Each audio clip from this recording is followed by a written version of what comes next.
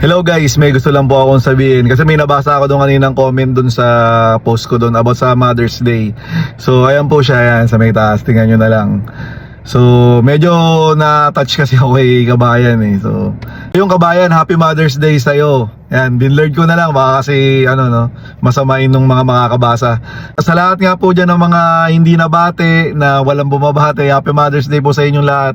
Sa lahat po ng mga nanay, sa lahat ng mga nagpapakananay, sa lahat po ng mga tita na mga wala pa pong anak na nagpapakananay sa mga pamangkin, yung sa mga kahit po sa mga tatay na nanay na din, lahat po Happy Mother's Day po sa inyong lahat.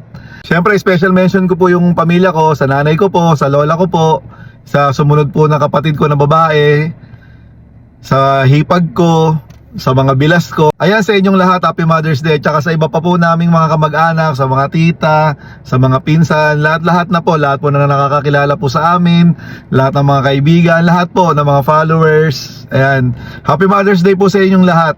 At syempre, panghuli ko nga pong babatiin yung asawa ko, si Boss Madam, saka po yung ate ko. Dahil kahit hindi pa nga po kami nabibiyayaan ng sarili naming mga anak, ay mahal na mahal nga po nila yung mga pamangkin namin. Kaya Happy Mother's Day sa inyong dalawa.